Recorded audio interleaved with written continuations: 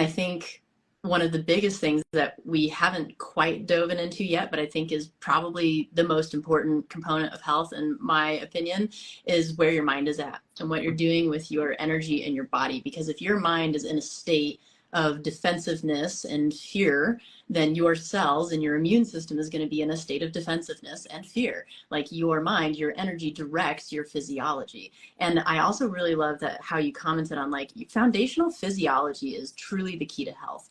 And I work really similarly in my own practice where it's like I focus on cellular health. And if we can get the cells operating correctly, then usually the body will be able to come back online. But I'll also find like sometimes people will over supplement. And if you're in a state where your body like is in such a cellular danger response that you can't even absorb nutrients, then if you're also fighting an infection and you put a bunch of supplements through the liver, you're not taking the liver's capacity to process stuff and putting it into the supplements versus allowing it to process the infection. So there's this balance that you have to hit. Like more isn't always better. And, you know, I talk to parents about this and stuff because sometimes they'll give vitamins to their kids, which is awesome, but kids are incredibly resilient.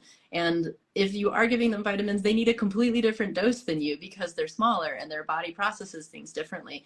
And so just like helping people to understand the concept of allostatic load and why care plans need to be catered to each individual person and where their body is at and what it's doing and what their physiology is doing. And sometimes you have to change things, and sometimes you don't take supplements every single day. And sometimes you might take a different supplement if you're stressed out versus a different supplement if you got hit with a chemical exposure. But the mental stress component, like I'll loop it back to like how it affects the gut and different things, can even affect your hemoglobin A1C.